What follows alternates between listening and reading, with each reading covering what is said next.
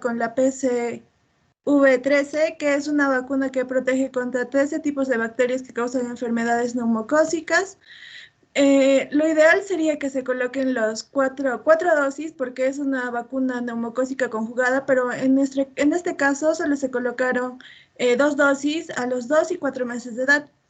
Y en cuanto a los hallazgos importantes de los exámenes de laboratorio, tenemos leucocitos aumentados, neutrófilos aumentados, linfocitos disminuidos y la proteína C reactiva también aumentada. Siguiente.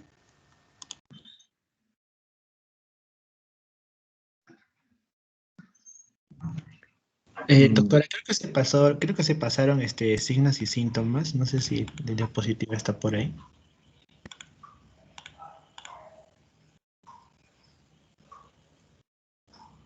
No, creo que está un poquito después.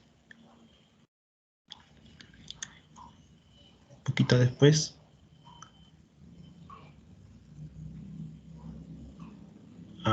Un poquito después, por favor. Que me confundí. Ahí. Anterior. Ok, dentro de los signos y síntomas, doctora, podemos ver dentro de este caso, que disculpe que hubo un problema con las diapositivas. Bueno, podemos, en el paciente que presenta neumonía, un menor de 20 meses, que presenta omalgia izquierda, disnea progresiva, tos productiva con un mes de evolución, al examen físico, bueno, vemos que es neumotenso, taquipneo, presenta una respiración de 56 respiraciones por minuto, cuando lo normal son de 24 a 40. También podemos ver que es afebril, derrame hasta el tercer medio en el campo pulmonar izquierdo. Bueno, dentro del examen de laboratorio ya mencionó mi compañera. También dentro de los síntomas y síntomas, el niño presenta también taquicardia, una frecuencia cardíaca de 160 latidos por minuto. Lo normal sería que sea 70 latidos por minuto, en la persona normal. También presenta fiebre, una temperatura de 39 grados. Y la tos, bueno, en este caso la tos, como ya mencioné, apareció de manera productiva, es un mes de evolución. Ya podría, ya podría estar dándose ya como una tos crónica, doctora. Ok, siguiente, por favor.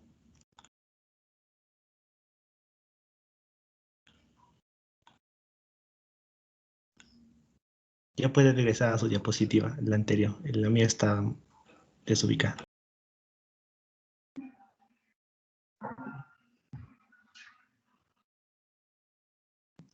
Ya. Entonces, como vimos, el caso se trata de una infección por, bueno, una neumonía por Streptococcus pneumoniae, el neumococo, y me pareció quizá, bueno, correcto, pertinente poder presentar la histología normal de los pulmones para luego pasar, bueno, una revisión rápida para pasar a los patrones histopatológicos. Entonces, este es un corte, bueno, normal de un pulmón normal.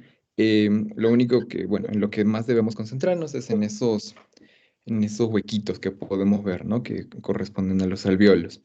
Es importante que al poder verlos podamos ver una luz bastante clara, ¿no? Que la cavidad del alvéolo esté libre, o sea, esté vacía para permitir la correcta hematosis, ¿no? El intercambio gaseoso. Eso, y entre cada uno de estos huequitos, estos círculos, hay tabiques que son bastante delgados, ¿no? Los tabiques interalveolares, y que es necesario que se mantengan así, delgados. Bueno, eso era solo para comentar un poco, ¿no? Siguiente, por favor. Ya. Entonces, esta es una biopsia de un pulmón infectado, ¿sabe? Con neumonía por Streptococcus pneumoniae. Bueno, igual no, las biopsias por estas neumonías no siempre, no son como que del todo frecuentes, porque primero pues pueden ser bastante invasivas, y puede ser suficiente con la radiografía, un estudio microbiológico con diferentes marcadores, ¿no? Entonces, lo que podemos ver acá es esa F marca el surco interlobar que separa dos lóbulos distintos. Menciono esto porque las infecciones por Streptococcus pneumoniae casi siempre son neumonías lobares, no afectan por completo al pulmón. Entonces ese surco interlobar separa a la izquierda el lóbulo infectado y a la derecha un lóbulo, bueno, que ya presenta signos de inflamación aguda, ¿no? Pero pasando con el lóbulo izquierdo, o sea, no es el lóbulo que podemos ver a la izquierda, em, podemos ver que la luz de los alvéolos, que en la histología normal vimos que estaba vacía, estaba limpia, aquí tiene masas teñidas de color morado, ¿no? Si pudiéramos hacer un poco más el zoom, podríamos ver que está compuesto principalmente por neutrófilos y por fibrina asociada. Y a esta unión, pues estas masas, estas que se ubican en las luces alveolares, em, compuesta por células inflamatorias y por fibrina, pues genera un cuadro que llamamos consolidación. Entonces ese lóbulo está consolidado, ¿no? Y, o sea, eso principalmente. Es importante recalcar pues que estas inflamaciones de pulmón son bastante, o sea, principalmente en el pulmón son bastante graves. Primero porque el pulmón tiene bastantes células inmunológicas, tiene de por sí los, las células inmunitarias, ¿no? Los macrófagos, están los macrófagos alveolares. Entonces, ante la presencia de cualquier patógeno, cualquier bacteria, se va a desencadenar una inflamación de forma bastante rápida, ¿no? Porque entonces los macrófagos reconocen los DAMP que estas bacterias presentan, em, y pues liberan las interleucinas 1, 6, factor de necrosis tumoral alfa, pero rapidísimo. Entonces, estas neumonías tienen que ser detectadas rápido, porque, como por eso mismo, porque su inflamación se da rápido, progresa rápido. Y especialmente en Streptococcus pneumoniae, como se mencionó ya, estos tienen una cápsula, que en la familia de Streptococos está principalmente, es de ácido hialurónico. Entonces, están muy protegidos contra la fagocitosis. Entonces, ya sabiendo que el pulmón se inflama rápido, que encima estas bacterias no se fagocitan rápido y además liberan una exotoxina que es la neumolicina, provocan una inflamación bastante grave, ¿no? Por lo que tiene que ser tratada bastante rápido. Y podemos ver ese patrón que se ve a la izquierda de una forma en pocos días después de la inoculación.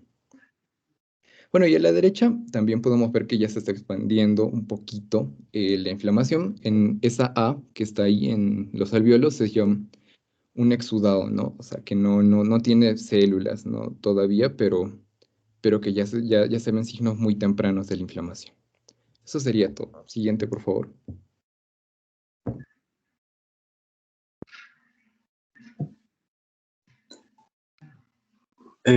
Bien, para culminar rápidamente con este caso de inflamación aguda, vamos a pasar rápidamente bueno, algunos estudios complementarios, que bueno, en ese caso sería una tomografía y una radiografía tórax. Bien, en la tomografía, como podemos ver, se nos muestra una extensa consolidación bueno, con una neumonía necrosante. Y bueno, tiene una efusión pleural izquierda moderada. Y bueno, y una radiografía de tórax, que bueno, que esta nos muestra expandido luego de una decorticación que bueno, permitió como podemos ver en esta imagen, que el volumen del pulmón izquierdo pueda aumentar. Muchas gracias. Siguiente caso, por favor. Bueno, ahora vamos a hablar acerca de una inflamación crónica. En este caso, empiema causado por Salmonella typhimurium. Siguiente diapositiva, por favor. Ya.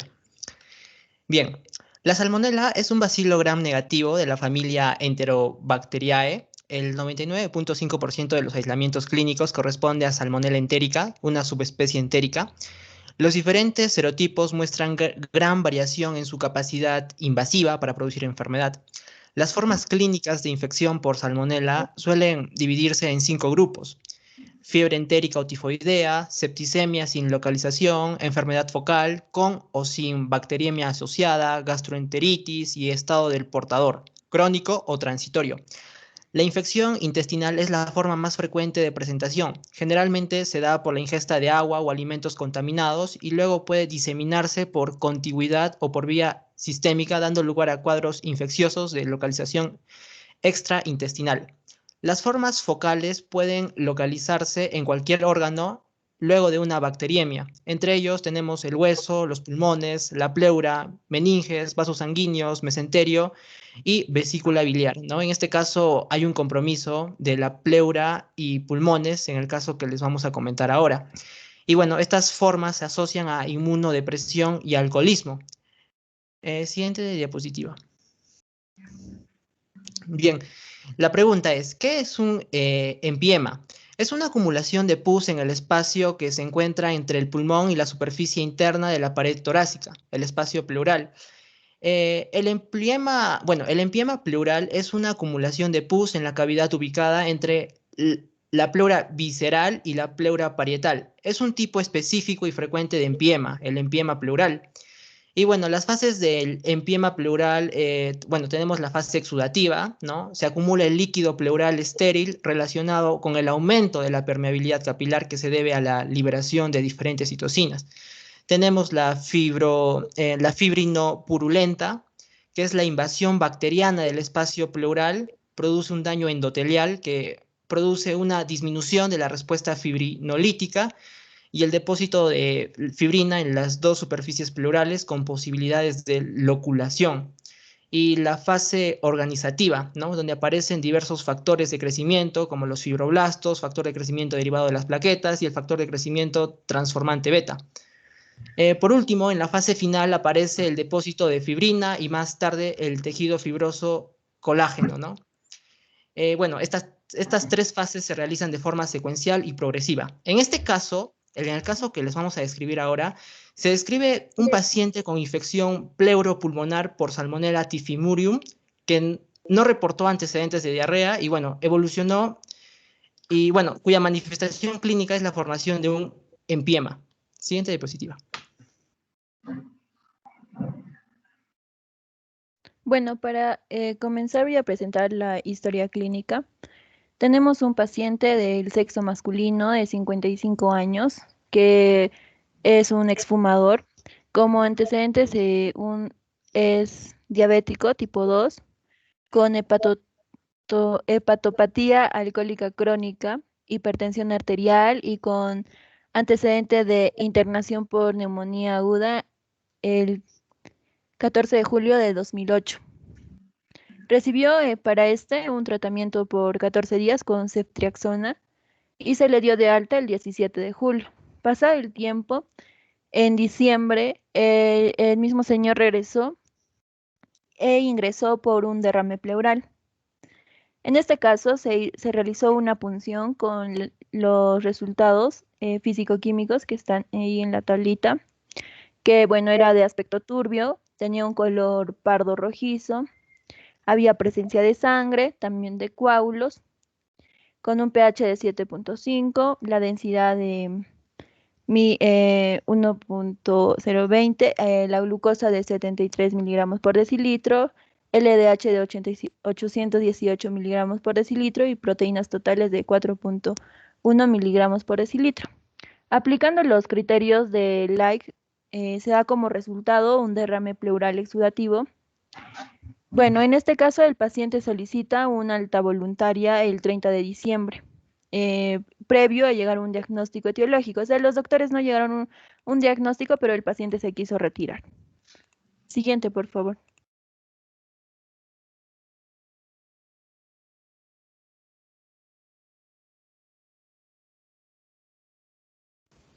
En cuanto a los síntomas y signos que presentó el paciente, este consultó por omalgia izquierda, lo que quiere decir dolor y déficit funcional en este hombro. Y luego también presentó disnea progresiva y tos productiva de 1 mes de evolución. Al examen físico se mostró normotenso, taquipneico, afebril y con semiología de derrame hasta el tercio medio del campo pulmonar izquierdo. En cuanto a los exámenes de laboratorio, los leucocitos fueron de 9.700 por mililitro cúbico. La fórmula leucocitaria fue 70% de neutrófilos, 3% de eosinófilos, 0% de basófilos, 15% de linfocitos, 5% de monocitos. En cuanto al hematocrito, fue de 31,2%, lo cual es bajo. La hemoglobina era de 12.4 miligramos por decilitro y la glicemia era de 225 miligramos por ciento. También presentaba creatininemia a 0,75 miligramos por ciento. Siguiente, por favor.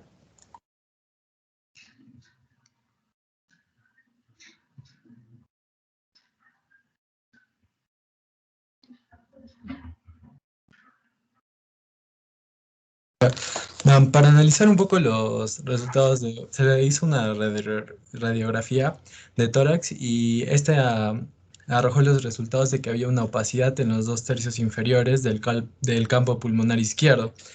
En la imagen de mano izquierda podemos ver una radiografía de tórax, que es la del paciente, y en esta se ve una opacidad con nivel horizontal que ocupa los 2/3 inferiores del hemitórax izquierdo.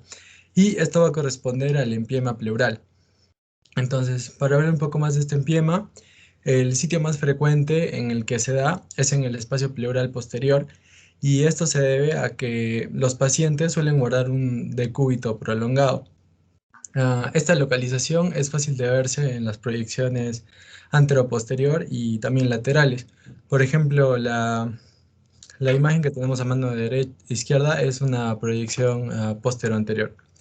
La imagen de la mano derecha es para ejemplificar un poco las características generales que tiene el empiema. Entonces, por ejemplo, va a tener una forma lenticular, paredes delgadas, puede ser también unilocular o tener múltiples loculaciones. Y el ángulo que va a formar con la pared costal generalmente va a ser obtuso. Y esto es totalmente contrario o muy diferente a lo que vamos a encontrar en un absceso, por ejemplo. Siguiente diapositiva. Como exámenes adicionales se realizan ecografía pleural y abdominal. En la ecografía pleural se encuentra derrame de alta densidad en dicho pulmón, por lo que se realiza una punción evacuadora drenando aproximadamente 1.300 mililitros del material purulento, achocolatado y maloliente. Y en la ecografía abdominal se encuentra hígado de ecogenicidad no homogénea, vena porta de 14 milímetros, vesícula de paredes engrosadas, el cual es un hallazgo esperado en pacientes con ascitis. También se encuentra sospecha de litiasis, colédoco normal, líquido libre y el resto sin particularidades. Posteriormente se realiza una paracentesis abdominal. El estudio del líquido obtenido resulta estéril con características de trasudado compatible con síndrome ascítico edematoso y se da un tratamiento. El estudio físico-químico de este material se encuentra dentro de los parámetros normales y los resultados bacteriológicos no demuestran presencia de leucocitos, ni gérmenes, ni desarrollo de microorganismos en el cultivo. Siguiente diapositiva. Bueno, y viendo el tratamiento, se solicitaron múltiples cultivos y se decidió iniciar el tratamiento con ampicilina sulfactam o AMS. Esto fue debido al empiema pleural. O sea, claro, por el primer diagnóstico de empiema pleural.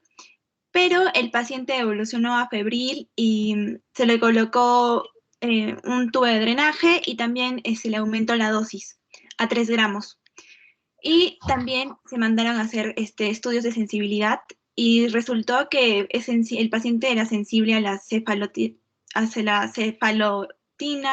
ciprofloxacina, amicacina, etc.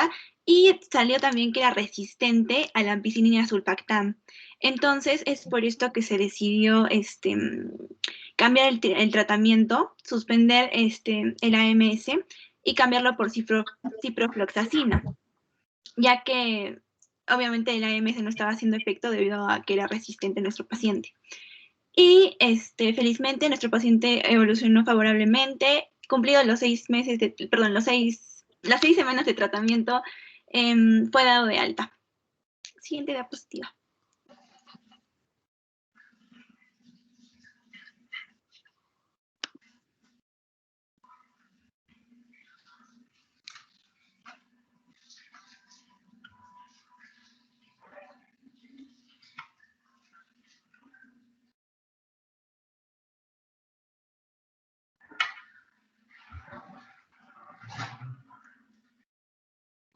Doctora, ya está. Eso fue nuestros casos clínicos. Muy bien. Muy bien. 2 grupos, ahora va el tercero. Lo que hemos visto hasta el momento son estas inflamaciones bacterianas, en el primer caso del estreptococo, con el consiguiente proceso inflamatorio, como lo ha descrito muy bien vuestros compañeros, y lo mismo con este segundo caso del empiema pleural, una inflamación primero aguda, luego crónica, en fin. Tercer caso entonces ahora.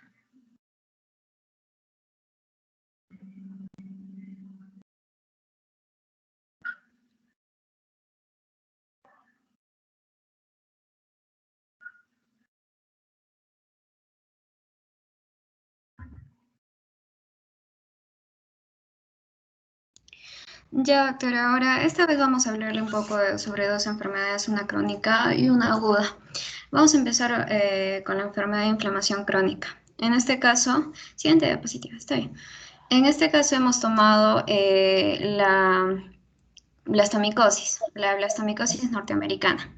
Entonces, esta va a ser una infección micótica, sistémica, granulomatosa y supurativa crónica, que va a ser principalmente causada por un hongo dimorfo denominado Blastomyces dermatitidis. Entonces, que va a afectar primordialmente a lo que son pulmones, con formas clínicas diseminadas que van a afectar también lo que es la piel, los huesos, el sistema nervioso central y también otros órganos. Entonces, vamos a hablar un poco de lo que es la sintomatología que van a presentar algunos pacientes.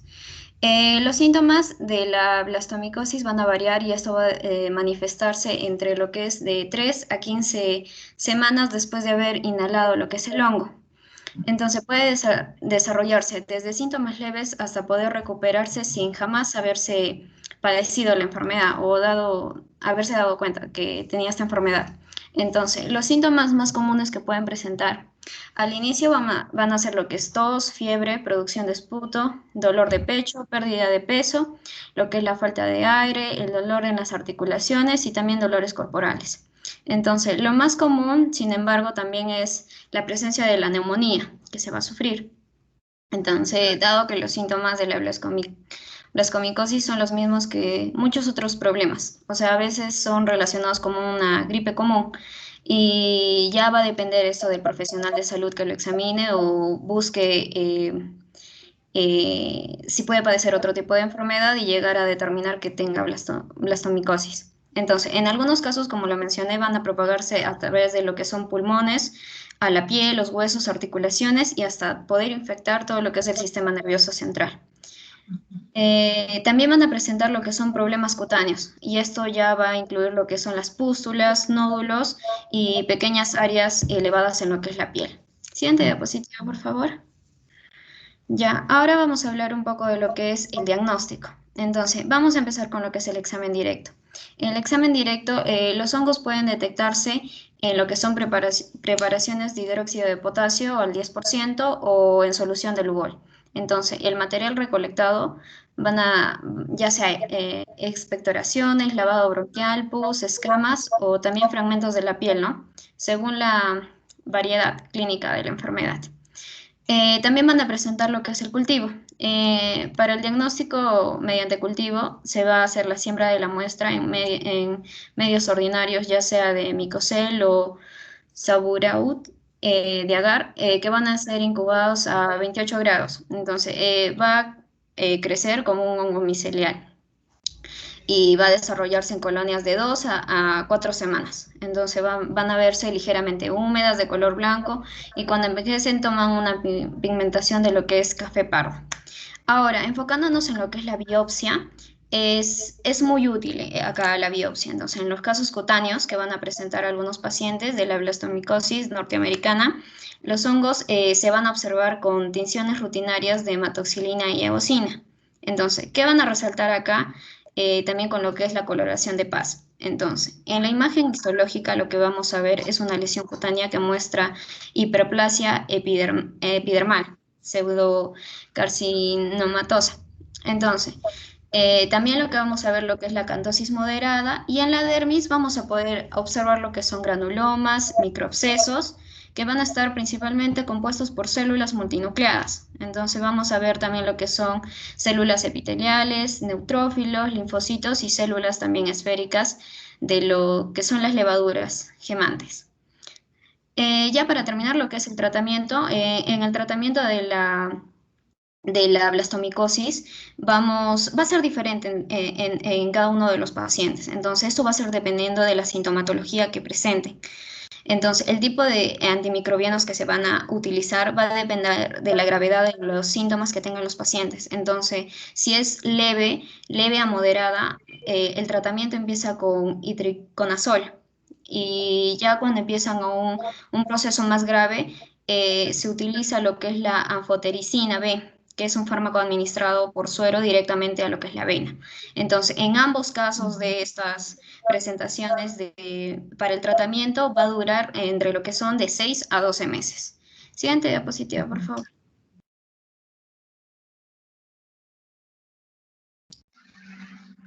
Ahora yo les voy a hablar sobre inflamación aguda, una enfermedad de inflamación aguda. En este caso, la úlcera duodenal crónica. Entonces, una úlcera va a ser un defecto o una excavación local en la superficie de un órgano o de un tejido. Y esto va a ser inducido por el desprendimiento del tejido necrótico inflamado.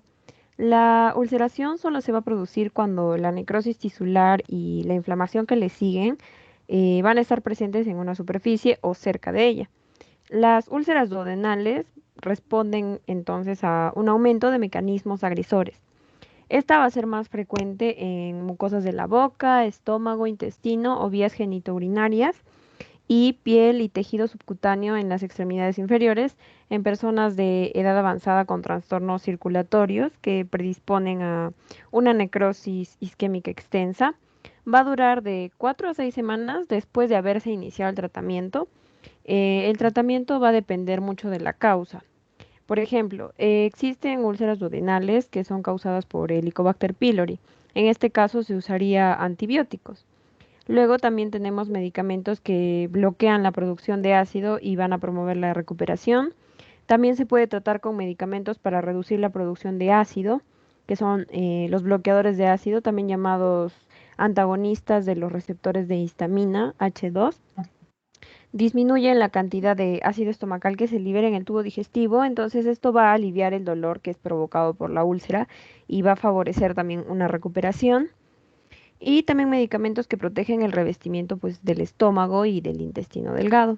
Ahora, el síntoma más frecuente de una úlcera duodenal va a ser el dolor abdominal. El dolor típico se va a localizar en el epigastrio y las personas lo van a describir como que les arde. Es un dolor corrosivo y es una sensación de hambre, pero hambre dolorosa. El dolor suele presentar un ritmo horario que va a estar muy relacionado con la ingesta. Ahora, para el diagnóstico de este tipo de úlceras se puede realizar una endoscopía, en donde el médico puede usar un endoscopio y durante la endoscopía el médico introduce es como un tubo hueco que está equipado con una lente por la garganta, va hacia el esófago, el estómago y llega al intestino delgado. Con el endoscopio el médico lo que busca son las úlceras, como vemos en la imagen de aquí. Aquí está el endoscopio y aquí se ve aquí se ve la úlcera duodenal, aquí está la imagen que se podría ver. Entonces, si detecta una úlcera, el doctor puede extirpar una pequeña muestra para hacer una biopsia para examinarla en un laboratorio. Con una biopsia también se puede identificar la presencia de bacterias, como por ejemplo hemos dicho el Helicobacter pylori en el revestimiento del estómago. En la parte de abajo vemos una biopsia, la lámina se ve el epitelio y ahí no sé si se logra divisar como unos pequeños, como unos palitos, algo así, ese vendría a ser el Helicobacter pylori. La otra forma de diagnosticar sería una radiografía gastrointestinal, que es una serie de rayos X del sistema digestivo superior, que a veces se llama también estudio de la deglución con bario, que nos va a generar imágenes del esófago, el estómago y el intestino delgado. Durante estos rayos X tú tragas un líquido blanco que contiene bario, entonces este va a recubrir todo el tubo digestivo y hace más visible la úlcera.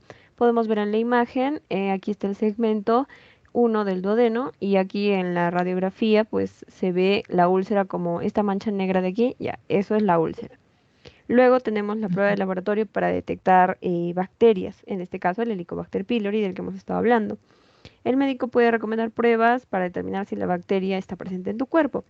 Puede buscarlas mediante análisis de sangre, de heces o de aliento. La prueba de aliento en estos casos es mucho más precisa eh, porque bebes o comes algo que contiene carbono radioactivo y la bacteria Helicobacter lo que hace es descomponer la sustancia en el estómago. Luego tú vas a soplar en una bolsa, sellan esta bolsa y si estás infectado con Helicobacter pylori, la muestra de aliento va a contener carbono radioactivo en forma de dióxido de carbono.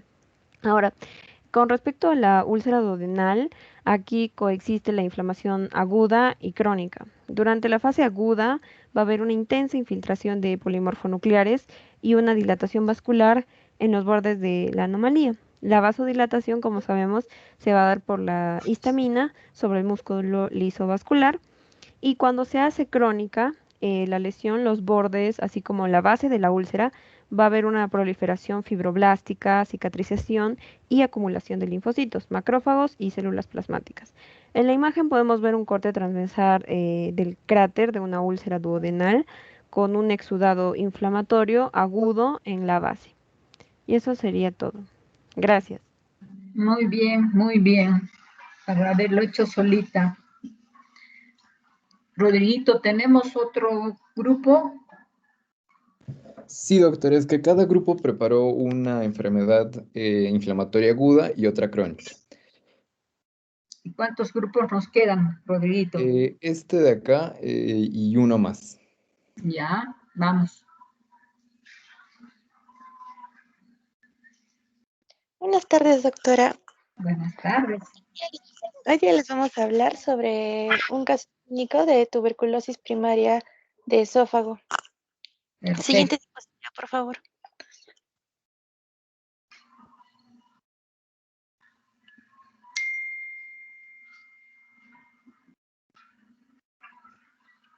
Siguiente, por favor. Una breve introducción. La tuberculosis esofágica es una enfermedad un poco rara, ya que solo representa el 2.8% de todos los casos de las tuberculosis gastrointestinales. En nuestro país, un estudio de Chahut reportó que solo hubo un caso en un grupo de 202 personas con tuberculosis digestivas. Y también tenemos un estudio de Simon Iriberri, en donde solo se encontró que el 1.7% de las tuberculosis eran esofágicas, en un estudio de 58 casos de las tuberculosis digestivas. Las tuberculosis esofágicas pueden ser primarias o secundarias. Las tuberculosis esofágicas primarias son un poco raras, ya que esta está definida por el compromiso único del esófago, o sea, no hay alteración de algún otro tejido, solo del esófago. Esta baja incidencia se va a deber a ciertos factores protectores del mismo tejido del esófago, tales como su epitelio escamoso estratificado, la peristalsis esofágica, la cubierta de moco, la deglución de saliva y la postura erecta. Siguiente, por favor. La tuberculosis esofágica secundaria es la más común entre la primaria y esta misma, y aparece a consecuencia de la tuberculosis linfoide, que tiene 4 etapas. En la primera se observa una hiperplasia linfoide, nódulos y formación de granulomas. En la segunda etapa hay necrosis gaseosa, que es propia de la tuberculosis. En la tercera fase, la capa adventicia de los ganglios linfáticos se rompe y luego estos ganglios se adhieren y se fusionan. En la etapa final, la cuarta, la materia gaseosa se dispersa y se forma una cavidad. Como se indica, en la segunda y tercera etapa, las adenopatías mediastinales dañan el tejido esofágico. Y hay 3 tipos de lesiones esofágicas: las de tipo ulcerativo, hiperplásico y granular. Las de tipo ulcerativo se caracteriza por lesiones superficiales con bordes irregulares y una base gris que compromete la mucosa y submucosa, y son de tamaño variable y pueden ser simples o múltiples. El segundo tipo, que es el hiperplásico, estas lesiones se caracterizan por ser una respuesta fibrótica a la inflamación crónica y aparecen en toda la pared esofágica y a veces en el tejido mediastinal, lo que estrecha la luz del órgano causando estenosis. El tipo granular, que es el más inusual, las lesiones son pequeños gránulos grisáceos que pueden ser verrugosos y engrosados. La siguiente, por favor.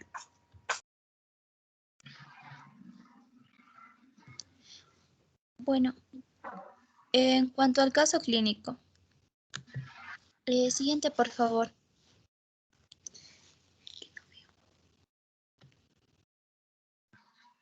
En cuanto a, empezaremos presentando al paciente. Paciente de sexo femenino, edad 60 años. En cuanto a la enfermedad actual,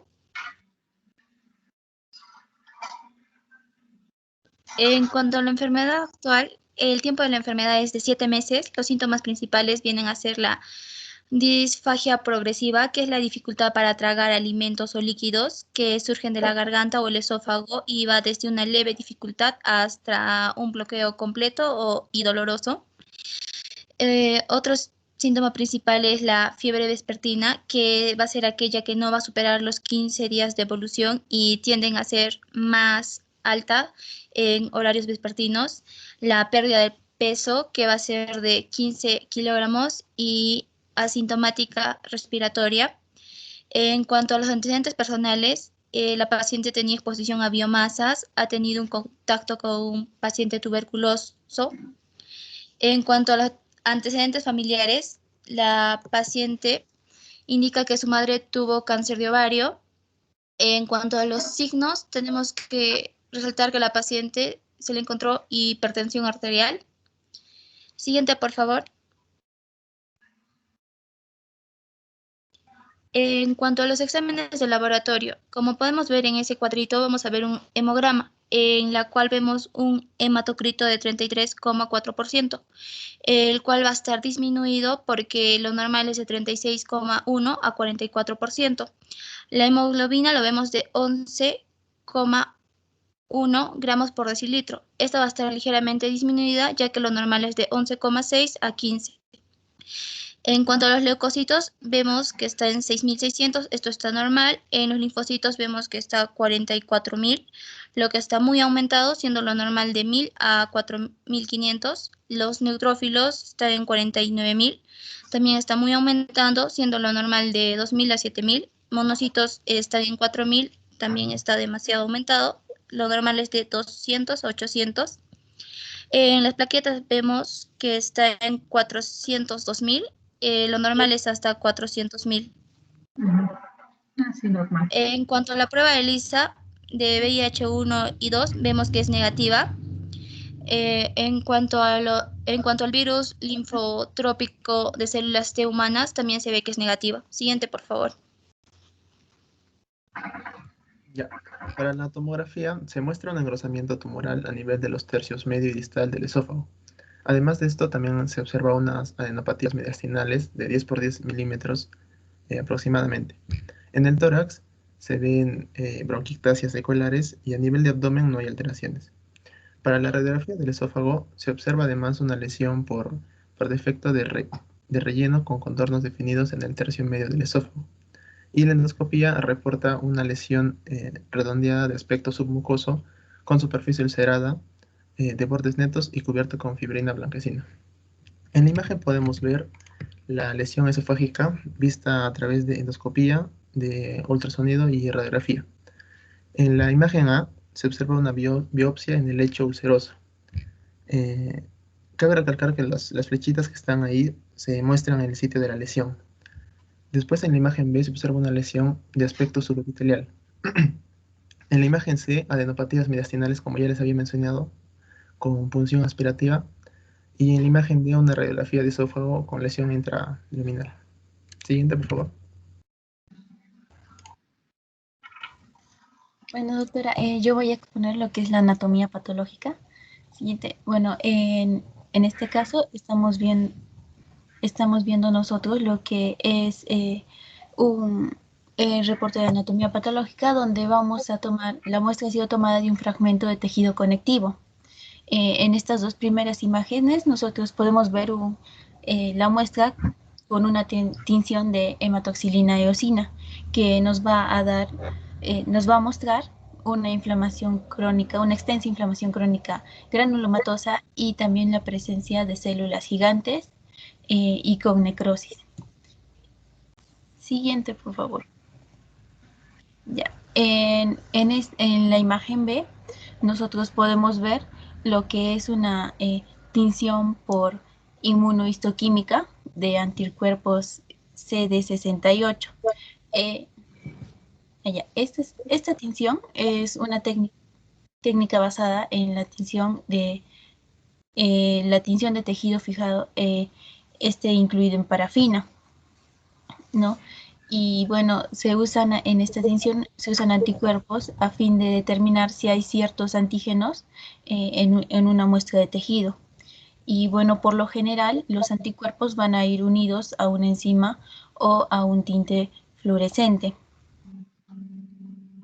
Y bueno, también podemos destacar en esta que los histocitos. Y bueno, en la imagen C, nosotros podemos ver la tinción de Ciel-Nielsen, que es una técnica de coloración de microorganismos para la identificación de patógenos, como ya sabemos, como en este caso sería el Mycobacterium tuberculosis. Y bueno, en este caso nos va a resultar negativo para BK. Siguiente, por favor. Ya, y bueno, tenemos un examen que también se realizó, fue la endoscopía, donde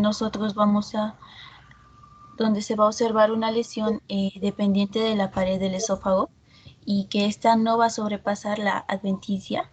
Además, se observa también 3 adenopatías mediastinales. Estas van a estar entre el callado aórtico y la arteria pulmonar y van a tener un aspecto inflamatorio. Y bueno, la mayor va a ser de 10 micras. Luego también se realizó lo que es una punción aspirativa con una aguja fina. 2 de ellas con una aguja de punción de 22G y aspiración de cc de aire. Y los análisis posteriores para PCR para detectar esta presencia del Mycobacterium resultaron negativo. Siguiente, por favor.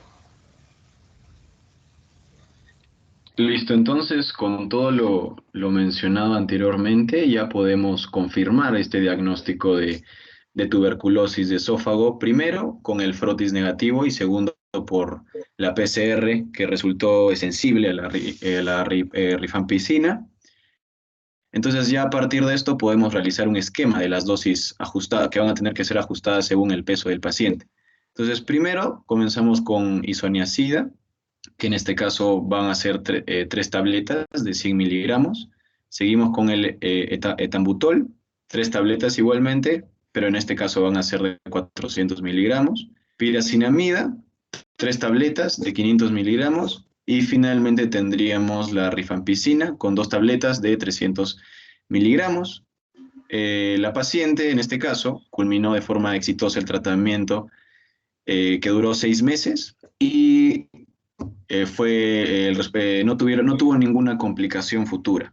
En cuanto a los controles, se hicieron tomografías posterior al tratamiento y esto demostró que hay una mejoría clara en esta lesión de esófago y que las vaciloscopías, que fueron 3 en este caso, estas vaciloscopías de esputo fueron negativas. Siguiente, por favor. Ahora vamos a entrar a la parte de discusión. Una más. Gracias. Bueno, en este caso hay que mencionar, y es muy importante aclarar los síntomas de nuestra paciente. Estos síntomas clínicos asociados a esta patología incluyen 2, las manifestaciones sistémicas y locales. En el caso de las sistémicas, la paciente presentó pérdida de peso, fiebre vespertina y escalofríos y malestar. Y en el caso de las locales, tenemos lo que fue el dolor torácico anterior, disfagia y tos. Además de estos síntomas, se notificaron varios casos en los que el paciente presentó un sangrado por una fístula aortoesofágica.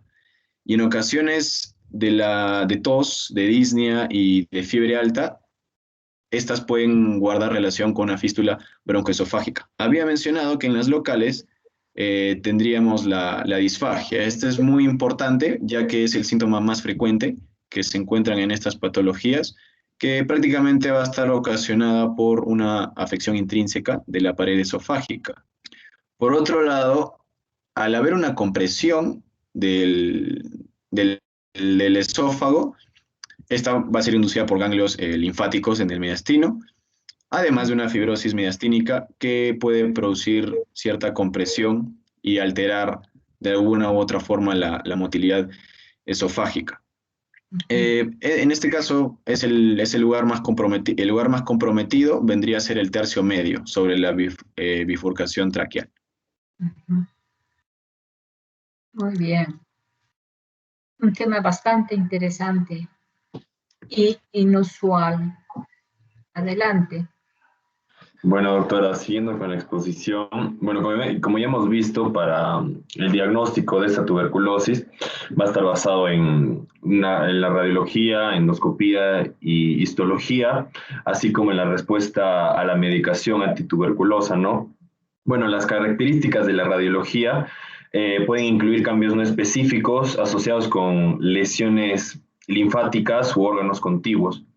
Esta tomografía de tórax puede ayudar a identificar lesiones pulmonares, lesiones linfáticas o complicaciones, ¿no? Como una fístula broncoesofágica. Sin embargo, debido a que estas características radiológicas de la tuberculosis son similares al cáncer de esófago o a la linfadenitis tuberculosa o metástasis ganglionares malignas, es difícil, ¿no? Diferenciarla por un hallazgo radiológico. También se va a ver la endoscopía, que es útil, ¿no?, para el diagnóstico y el seguimiento de la enfermedad. La lesión más común que vamos a encontrar es una úlcera tuberculosa con una base grisácea y un borde infiltrado irregularmente. Además, la tuberculosis puede presentarse como una lesión proliferativa estenosante y puede confundirse fácilmente con una neoplasia. Aunque varios autores reportan, ¿no?, que ciertas lesiones submucosas se dan con más frecuencia, por lo general van a predominar lesiones ulceradas, ¿no? Y bueno, también es importante la histología. Bueno, en la lesión esofágica, en una tuberculosis, va a ser primero de tipo subepitelial, que luego eventualmente se ulcera en la zona apical y se convierte en una lesión hiperplásica o granular debido a la inflamación crónica persistente. Ya, ¿pero es granulomatosa o no?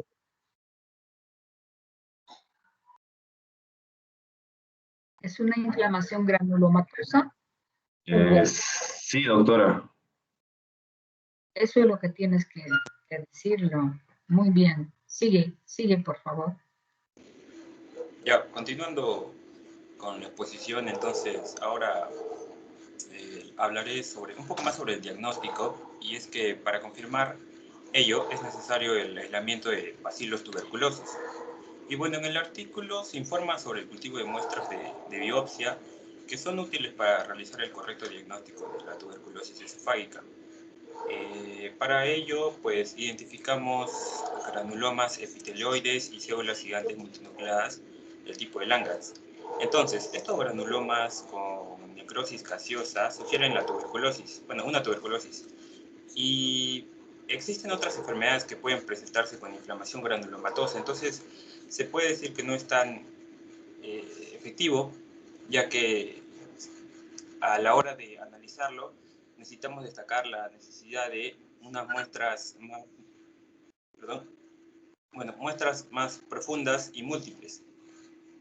Por ello es que ahora comentaré un poco más sobre la detección de ADN de micobacterias por PCR. Bien, acá en esta técnica se podría decir que es una técnica rápida que permite obtener un diagnóstico de 1 a 3 días. Y básicamente este método lo que hace es amplificar la molécula de ADN y detecta la presencia de menos de 10 bacilos de una muestra a partir de homogeneizados de tejidos, esputo y aspirados de líquidos. Y finalmente pues tiene una sensibilidad variable que va del 27 al 81% y una alta especificidad del 67 a 100% en el diagnóstico de la tuberculosis. Digamos que es la prueba gold estándar, ¿no? La mejor. Claro, es la más efectiva.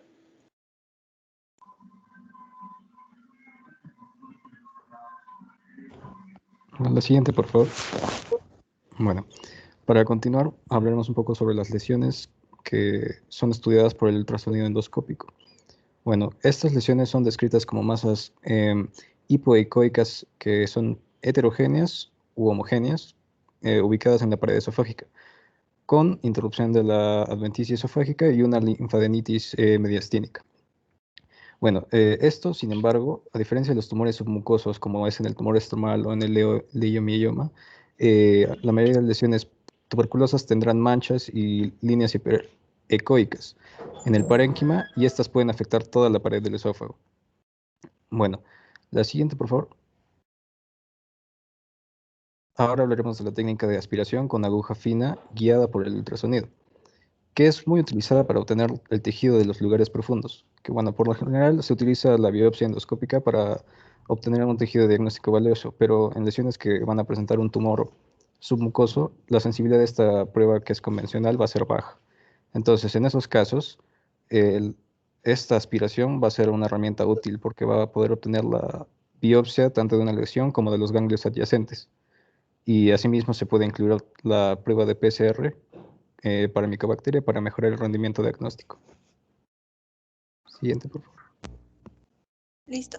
Este caso va a ser relevante debido a la poca frecuencia con que se presenta una tuberculosis esofágica y ya que ha disminuido, ha simulado una neoplasia submucosa del esófago. Además, ha sido evidente la evolución endoscópica de la lesión de mucosa a ulcerativa, de una manera muy espontánea. El método diagnóstico usado fue la endoscopia del lecho ulceroso, como resultados histológicos característicos de tuberculosis, pero con una baciloscopía negativa, lo cual también se ha descrito para células que son paucibacilares, por lo que el diagnóstico finalmente requirió una prueba de PCR para Mycobacterium, lo cual es de etiología infecciosa. Siguiente, por favor. Y concluimos finalmente que este caso corresponde a una tuberculosis esofágica primaria, que es una enfermedad poco frecuente respecto a la secundaria, debido a que no hallamos otro foco sospechoso por las imágenes radiológicas, y a que la ecoendoscopía mostró una lesión dependiente de la pared esofágica. Además, encontramos algunos ganglios mediastinales que no mostraron ADN de Mycobacterium tuberculosis en la PCR, ¿no? Por eso va a ser primaria. Finalmente, ya concluyendo, la paciente retornó al Instituto Nacional de Enfermedades Neoplásicas y en su último control médico, al mes de finalizar el tratamiento, pues se realizó una gastroscopía con lo que bueno, lo que evidenció fue una lesión de aspecto cicatricial blanquecino de unas áreas hiperpigmentadas de 10 a 15 milímetros aproximadamente, que va a ocupar el 25% de la circunferencia esofágica, como vemos en las imágenes, en las flechitas. Las biopsias que se tomaron fueron negativas para bacilos ácido alcohol resistentes en tinción de Ziehl-Nielsen, y la recuperación clínica y evolución histológica fueron favorables. Gracias. Muy bien, excelente. Estos temas son bastante amplios, bastante... Vamos a tomarnos unos 10 minutos para reposo. Levántense de sus sillas, hagamos una pausa activa para continuar, porque nos vamos a cansar. Nos queda un grupo, ¿verdad, señor delegado? Nos queda un grupo. Sí, doctora, todavía uno más. Ya, entonces hagamos una pausa activa de unos minutitos para no tener cansancio. Vamos a hacer una pausa activa de solo unos minutitos. Levántense de sus sillas, lávense las manos, mójense un poco la cara.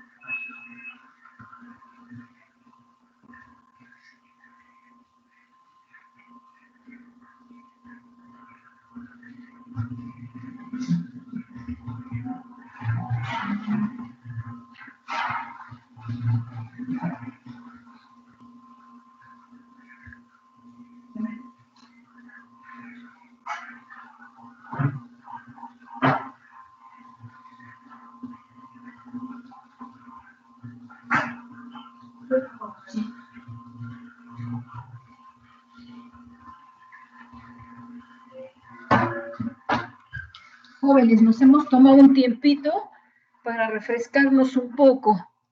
Creo que podemos retomar con nuestro siguiente grupo. Sí, doctora, voy a compartir pantalla. Muy bien. Camila. Sí, doctora. Voy a compartir pantalla. Muy bien. ¿Se puede ver, doctora? Se puede ver perfectamente. Ya.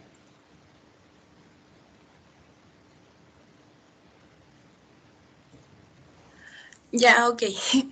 Buenas tardes, doctora. Buenas tardes, compañeros. Hoy vamos a presentar un caso clínico relacionado a la mastitis granulomatosa idiopática. Siguiente, por favor. Ya, bueno, esta es una patología benigna, rara y crónica. Esta entidad fue descrita por primera vez por Keiser y Woloch en el año 1972. Actualmente su etiología no está clara, sin embargo se ha demostrado que la enfermedad se correlaciona con la lactancia, uso de anticonceptivos orales y hasta un componente autoinmune. La presentación característica de esta enfermedad es la reacción inflamatoria con granulomas no caseificantes. Habitualmente se presenta de manera unilateral y se manifiesta por una o más masas inflamatorias ubicadas por fuera de la areola mamaria. Son dolorosas, de consistencia firme y a veces se presenta con inflamación cutánea y pueden evolucionar hacia abscesos, fístulas o también a supuraciones crónicas.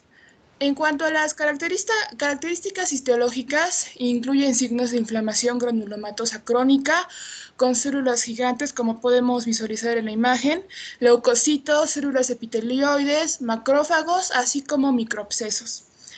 Esta patología puede ser similar clínica e imagenológicamente a un carcinoma mamario, por lo cual es preciso contar con un estudio histopatológico de la lesión. Esto vendría a ser indispensable para la confirmación diagnóstica de certeza. Este diagnóstico debe fundamentarse o debe estar basado en este patrón histológico combinado con la exclusión de otras lesiones granulomatosas de la mama. Y aunque se han planteado varias alternativas terapéuticas, tanto quirúrgicas como médicas, el tratamiento ideal no ha sido aún establecido. Sin embargo, las resecciones quirúrgicas del tejido afectado, asociado o no con corticoides orales, ha sido la terapia más corrientemente usada. Siguiente, por favor. Bueno, vamos a hablar del reporte del caso. Tenemos a una paciente, una mujer de 36 años con nódulos dolorosos en la mama derecha y la clínica y los hallazgos de estudio de imágenes llevaron a sospecha de carcinoma. El examen histopatológico reveló inflamación aguda y crónica con infiltración de macrófagos e histocitos gigantes perivasculares con reacción granulomatosa gigantocelular, sin signos histológicos sugerentes de malignidad y sugestivos de proceso granulomatoso. Las coloraciones para hongos y micobacterias fueron negativas. La paciente fue diagnosticada como mastitis granulomatosa idiopática. El tratamiento consistió en corticosteroides más metotrexato y la paciente se encuentra libre de recurrencia 18 meses después del tratamiento. Bueno, hablando de la historia clínica, como les mencioné, es una mujer de 36 años que gesta 1 para 1, que consultó por presentar nódulos dolorosos en la mama derecha de varias semanas de evolución con un crecimiento progresivo y que no se dio con el uso de antibióticos. La paciente refería consumo de anticonceptivos orales en el año previo, sin antecedentes de traumatismo de mama, exposición a hongos o tuberculosis o antecedentes familiares de cáncer. También negaba fiebre, telorrea, artralgias y sangrado en vías aéreas o urinarias u otros síntomas sistémicos, consumo de tabaco, alcohol o drogas ilícitas. También refirió una menarquia a los 13 años y una lactancia por 18 meses. Siguiente, por favor.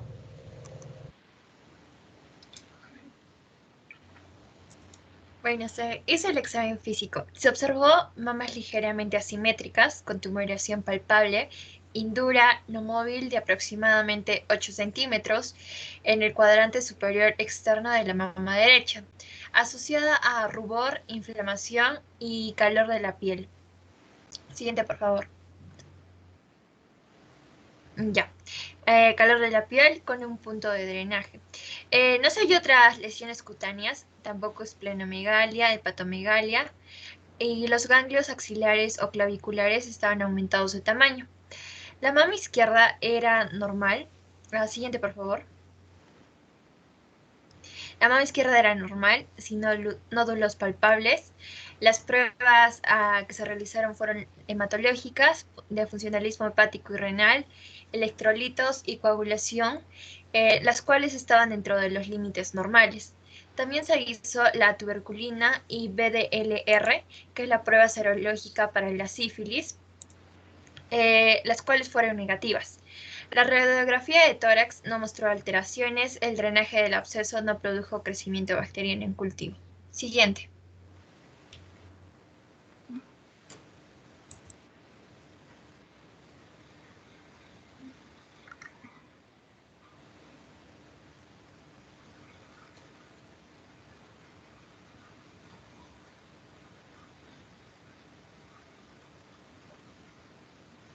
Doctora, parece que mi compañera tiene problemas con su internet. ¿Alguien la puede reemplazar? Camila Allison, ¿no? Sí, doctora. Creo que sí está en línea, doctora. Se va a volver a conectar, me parece. ¿Podemos esperar un ratito, por favor? Sí, doctora, sí. ¿me escucha? Sí. Ya, doctora. Bueno, en la discusión, siguiente diapo. La mastitis granulomatosa idiopática, como dijo mi compañera, es una enfermedad rara y benigna caracterizada por presentar lobulitis granulomatosa crónica no calcificante. En cuanto a su etiología, es desconocida y se puede asociar a conceptivos orales, infecciones virales, micóticas y parasitarias, como también hiperprolactinemia al embarazo, lactancia, en pacientes con diabetes mellitus, tabaquismo, y su aparición no tiene algo causal definido. En cuanto a la lactancia materna prolongada, podría causar distensión a largo plazo de los acinos y los conductos, y esto puede ocasionar una rotura y una respuesta granulomatosa. Esta condición se presenta con mamas asimétricas, como vemos en la imagen, por tumoración única o también puede ser por tumoración múltiple. Es dolorosa, firme, mal definida y unilateral, o también puede ser bilateral. Se da en cualquier cuadrante de la mama, en ausencia de signos sistémicos de infección. Como consecuencia de la inflamación granulomatosa, se produce el engrosamiento cutáneo, se produce fístulas, ulceraciones, abscesos, deformidades, y también se puede presentar linfadenopatía axilar y retracción. En otras ocasiones se puede confundir clínicamente con un carcinoma mamario. Siguiente. Bueno, continuando con el diagnóstico, ahora vamos a hablar sobre las pruebas diagnósticas que se pueden realizar. En el caso de la mastitis granulomatosa idiopática, los hallazgos radiológicos no son específicos y no son los indicados ni los que más se usan para este tipo de mastitis, porque usualmente la ecografía y la mamografía simplemente muestran tumoraciones irregulares y mal definidas, y en la mayoría de los pacientes no tienen una especificidad exacta. Al ser los hallazgos inespecíficos, no permiten tener otras posibilidades diagnósticas. Por tal razón, la ecografía y la mamografía, al mostrar simplemente tumoraciones irregulares, no se puede hacer el diagnóstico diferencial necesario. Como se mencionó, en la mamografía solamente se observa una tumoración mal definida, la cual nos indica si puede liberarse a un carcinoma o incluso una mastitis. La resonancia magnética, por otro lado, presenta tanto desventajas como ventajas.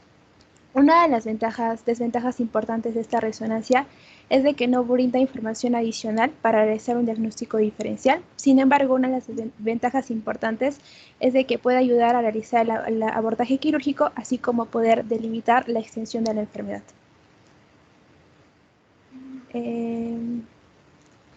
Voy a volver a cargar. Voy a volver a presentar, doctora.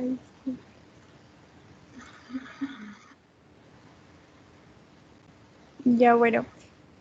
En esta diapositiva queríamos mostrar más que todo respecto al diagnóstico definitivo. El diagnóstico definitivo para los casos de mastitis granulomatosa idiopática es la evidencia histológica, ya que, como se mencionó, es una muestra de tejido extraído quirúrgicamente, el cual nos va a brindar mayor especificidad porque vamos a poder ver las células y los componentes que están implicados. Dentro de la obtención de la muestra puede ser citológica por aspiración con aguja fina, biopsia o por resección. En este caso, aquellas muestras recogidas citológicamente con aguja fina suelen tener una utilidad y fiabilidad menor, ya que a pesar de que ser una muestra, sus cantidades son menores e ineficientes, la cual no nos permite determinar las causas de una inflamación granulomatosa o incluso realizar un diagnóstico diferencial adecuado. Muy bien, vamos a continuar.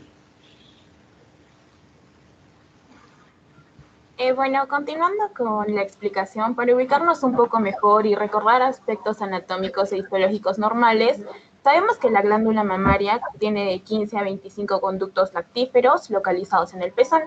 Estos se ramifican en ductos más pequeños y terminan en la unidad lobular ductal terminal, el cual denominamos lóbulo, y que está compuesta por un ducto terminal y varios pequeños dúctulos, o también llamados acinos. Los ductos o dúctulos están revestidos por una capa interna de células epiteliales, como podemos ver en la imagen derecha, cúbicas acolumnares y una capa externa de células miepiteliales. El tejido conjuntivo dentro del lóbulo está compuesto por fibroblastos en un fondo de colágeno y mucinas ácidas con histiocitos y ocasionales linfocitos. El estroma interlobular es hipocelular y también está compuesto por tejido fibrodiposo, como podemos ubicar. Bueno, siguiente. Respecto a nuestro caso clínico, tenemos a la mastitis granulomatosa idiopática, el cual se usó biopsia como medio de diagnóstico por aspiración de aguja fina, lo cual indicó una inflamación aguda y crónica, infiltración de macrófagos e histiocitos gigantes perivasculares, y también una reacción granulomatosa gigantocelular, sin signos sugerentes de malignidad y sugestivos de proceso granulomatoso, como podemos ver en este corte histológico con coloración de Zell-Nielsen. También las coloraciones para hongos y para micobacterias fueron negativas. Siguiente. Generalmente la inflamación crónica mixta está compuesta por linfocitos, células plasmáticas, histocitos epiteloides, macrófagos espumosos, células gigantes epiteloides multinucleadas e infiltración de neutrófilos, aunque esto es un poco menos frecuente, y con la formación de microabscesos, como también se mencionó, confinados en los lóbulos mamarios. En la imagen de la parte izquierda podemos ver un corte histológico de tinción en hematoxilina-eosina. Podemos ver un granuloma con células gigantes multinucleadas tipo Langhans. Podemos ver que los núcleos están ubicados en forma de herradura, donde dice la flechita 1, y también hay un infiltrado inflamatorio linfoplasmocitario en la flechita 2. Y en la imagen derecha tenemos un infiltrado inflamatorio de linfocitos también, plasmocitos, eritrocitos peri e interlobular, que evidencian cambios degenerativos y regenerativos del epitelio glandular. Bien.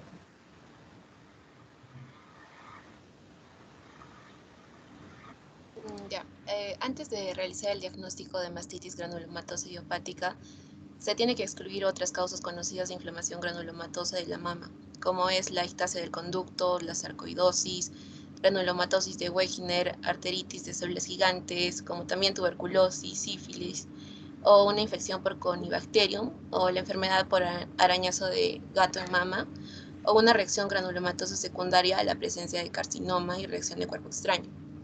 En el caso de la ictasia del conducto, va a tener síntomas clínicos similares que van a incluir como es la retracción del pezón, dolor, una secreción serosanguinolenta ocasional. En lo que es la sarcoidosis, va a ser una enfermedad también granulomatosa que va a afectar en lo que es pulmones, ganglios linfáticos, donde también hay granulomas, pero en ausencia de necrosis, con una inflamación extensa y abscesos. Pero aquí la mama no va a estar involucrada porque solamente se presenta en 1% de los casos. En lo que es la respuesta granulomatosa del carcinoma es inusual y se va a caracterizar por células gigantes multinucleadas restringidas al carcinoma o células gigantes osteoclásticas con estroma hipervascular periférico. Estos dos tipos se han identificado fácilmente como carcinoma intraductal o invasivo. En lo que es en una reacción de cuerpo extraño, puede verse una fuga de silicio del implante mamario, aunque no hay riesgos de enfermedad sistémica o carcinogénesis. Existe la relación entre el implante mamario de silicio y el linfoma anaplásico de células grandes de la mama. La mastitis granulomatosa idiopática va a ser una condición benigna, pero localmente activa. Lo que es las opciones de manejo incluyen el tratamiento médico con antibióticos, corticosteroides, agentes inmunosupresores, así también como un procedimiento invasivo, que es la resección quirúrgica y el drenaje de los abscesos. Entonces, la terapia recomendada va a ser la resección quirúrgica completa combinada con antiinflamatorios, no esteroideos, metotrexato o también corticosteroides, que van a estar basados en el origen autoinmune de la enfermedad. Pero en este caso la resección quirúrgica produce tasas de recurrencia cercanas del 50% y una cicatrización deficiente de la herida, formación de abscesos y también deformidad mamaria. Por lo tanto, no existe un tratamiento ideal para la MGI complicada, si tiene, por ejemplo, abscesos, fístulas o afectación difusa. Por eso algunos autores han recomendado reducir el tamaño en casos complicados y resistentes o que tienen lesiones difusas antes de la resección. Siguiente, por favor.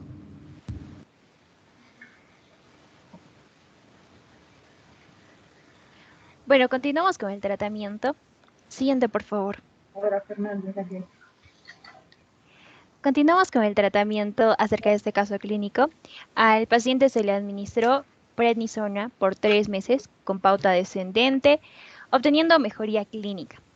Y durante toda esta evaluación, luego del tratamiento, se encontró disminución de tumoración a 3 centímetros de diámetro y ausencia de induración mamaria. Aquí podemos ver una mamografía de la mama derecha en la imagen izquierda de la diapositiva, en la que se puede ver la proyección cráneo-caudal 3 meses después del tratamiento, en la que se ve la resolución del edema mamario en cuadrante superior con lesiones individualizadas de baja densidad. En cuanto a la evolución en general, la disminución de la tumoración a 3 centímetros de diámetro y ausencia de induración mamaria, como ya lo había mencionado, y la ecografía mostró lesiones residuales aisladas de naturaleza quística que no eran palpables en cuadrante superior de mama derecha. Debemos recordar que la prednisona se usa como medicamentos para tratar síntomas asociados con bajo nivel de corticosteroides.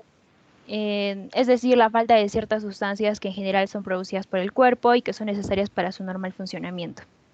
Además, algunos estudios refieren que cuando la mastitis crece rápidamente se le puede tratar con este medicamento, con la prednisona, observándose una reducción del 20% del tamaño original, resecándose posteriormente el tumor residual. Siguiente, por favor. En la mamografía se pudo visualizar como resultado un edema mamario difuso y este denotaba simetría de los cuadrantes superiores. Además, manifestó lesión residual de baja densidad y bordes parcialmente definidos, los cuales tenían una densidad grasa en su interior, por lo que posteriormente se decidió que en este caso administrarle metotrexato como terapia de mantenimiento hasta que haya una remisión total de la enfermedad. Las siguientes semanas, en 18 meses después, no se mostró ninguna recidida. Siguiente, por favor. Bueno, ahora vamos a hablar un poco sobre lo que viene a ser la discusión del caso y sobre el tratamiento que se debió usar en la teoría. De acuerdo a la etiología de la enfermedad, vemos que esta puede ser por una causa que es autoinmune y por lo tanto uno de los fármacos que se recomienda en la discusión es la dexametasona. Bueno, la dexametasona va a ser un glucocorticoide sintético, el cual es de alta potencia y es muy parecido a los glucocorticoides que tenemos, que nuestro mismo cuerpo secreta. Es decir, va a cumplir sus mismas funciones. En este caso, la dexametasona va a cumplir funciones antiinflamatorias e inmunosupresoras principalmente. Siguiente diapositiva, por favor. Bueno, el mecanismo de acción de la dexametasona va a ser principalmente que va a reducir la síntesis de anexinas, que va a bloquear la fosfolipasa 2, es decir, va a haber menos inflamación. Lo mismo va a inducir las proteínas IKB, que van a bloquear el NF-κB, que va a ser lo mismo, porque este está relacionado con la síntesis de ADN dentro de las células. Y en sí, como mencioné, esta dexametasona lo que va a hacer va a cumplir estas propiedades antiinflamatorias en la paciente. Siguiente diapositiva. Favorece la apoptosis también, según la diapositiva. Sí, también va a favorecer la apoptosis de linfocitos para lo mismo, para la respuesta inmunitaria, para la respuesta inflamatoria. Al final va a estar todo relacionado con la etiología de la enfermedad. También otra cosa que produce la dexametasona es que un efecto que puede ser no tan favorable, puede ser que al ser lipídico, puede menguar la cicatrización o puede hacer que esta cicatrización o la regeneración de los tejidos no se dé de la mejor manera, debido a lo mismo, a que va a ser un antiinflamatorio. Y por ahí puede tener algunos efectos adversos si es que ésta se utiliza a mucho largo plazo. Siguiente diapositiva. Bueno, en la posología va a ser bastante variable y de acuerdo al peso, al sexo del paciente, se puede dar de 0,5 a 10 miligramos al día, según la discusión del caso clínico. Siguiente diapositiva. Y bueno, como mencioné los efectos adversos, además de lo que mencioné de la reparación de los tejidos, vamos a tener que la dexametasona va a tener otros muchos, como por ejemplo, pueden ser alteraciones electrostáticas en la persona, el aumento de peso, alteraciones menstruales debido a su naturaleza bioquímica, el síndrome de Cushing también. Siguiente diapositiva. Y bueno, el otro fármaco que se usó es la prednisolona, el cual cumple con funciones muy similares debido a que se utiliza cuando los niveles de corticosteroides están muy bajos y hay que subirlos. Siguiente diapositiva. Bueno, para finalizar, ahora vamos a hablar respecto a las conclusiones. Una de las conclusiones importantes de este caso es recordar que la mastitis granulomatosa idiopática es una enfermedad inflamatoria mamaria rara y benigna que puede diagnosticarse erróneamente como un carcinoma mamario. Por dichas razones, el diagnóstico debe realizarse por muestras de biopsia con una confirmación histopatológica y no por imágenes, ya sea por ecografía o mamografía. Además, también podemos concluir de que un tratamiento óptimo debería considerarse una resección quirúrgica, además administrar tratamiento con corticosteroides. Asimismo, pacientes con complicaciones adicionales como absceso, fístula y o afectación difusa plantean inconvenientes. Siguiente, por favor. Gracias. Muy bien. Nos hemos pasado casi las 2 horas escuchándolos. Es que son un buen número también ustedes. Bueno, no nos queda tiempo para nada más. Creo que lo han hecho bien. Yo no los he querido cortar y creo conveniente que para la próxima enfoquemos un poquito más dirigido el tema. Hemos visto acá mucho, nos hemos ampliado en cuanto a tratamiento, a diagnósticos imagenológicos, y eso de alguna manera es conveniente porque nos ayuda a entender bien la enfermedad. Ahora, ustedes están haciendo farmacología, ¿verdad? Sí, doctora. Entonces, la farmacología, conforme lo han presentado, es conveniente que ustedes integren. Entonces, están integrando el tratamiento con el diagnóstico y con la anatomía patológica, con el estudio histológico, lo cual es ideal. Entonces, yo no puedo pedirles que corten o que mutilen sus temas. Las conclusiones, todo ha estado muy bien. Tienen buena nota. Todo el grupo, toda la promoción lo ha hecho muy bien. Nada más que como no nos queda tiempo, vamos a tener que ver para la próxima clase un pasito, y ese pasito, porque ya dominamos inflamación crónica y aguda. Hemos hablado mucho de los granulomas, no vamos a tomar paso al respecto. El paso va a tener que ser por los temas de la teoría que la han hecho hasta el momento, que son trastornos hemodinámicos y las enfermedades inmunosupresoras.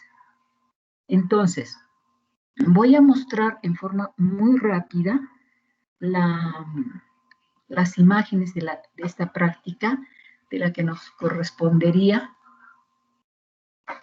la tercera práctica, para que se vea cómo las enfermedades autoinmunes, como en este caso, porque esa clase teórica ya la hicieron. Entonces, cuando hablamos, por ejemplo, de la cialoadenitis, la enfermedad de Sjögren, cialoadenitis crónica trófica, es una enfermedad autoinmune caracterizada por la formación de autoanticuerpos contra el epitelio de las glándulas salivales. Esta es una glándula salival menor que se encuentra en la boca, tapizando la mucosa. Y esto es lo normal, pero debido a esta enfermedad, a este Sjögren, hay destrucción. Los linfocitos T se encargan de destruir y dejarlo atrófico. Acá vemos un componente inflamatorio y vemos una glándula muy pequeñita, insuficiente, incapaz de secretar saliva, y por lo tanto la boca está completamente seca y los pacientes, Doctora, son mujeres. Disculpe, ¿sí? no está compartiendo pantalla. Oh, perdón. Ya, entonces vamos a hacer esto.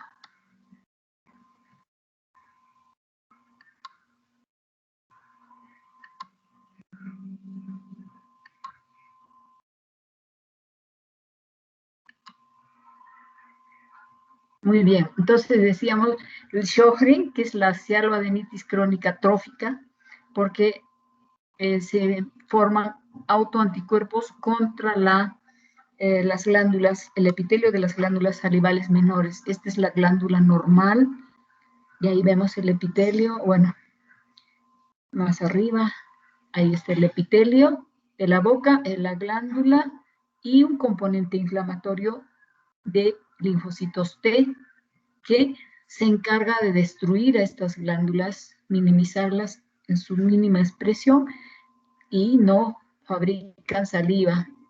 Estos linfocitos, si los marcamos, son CD4, CD8.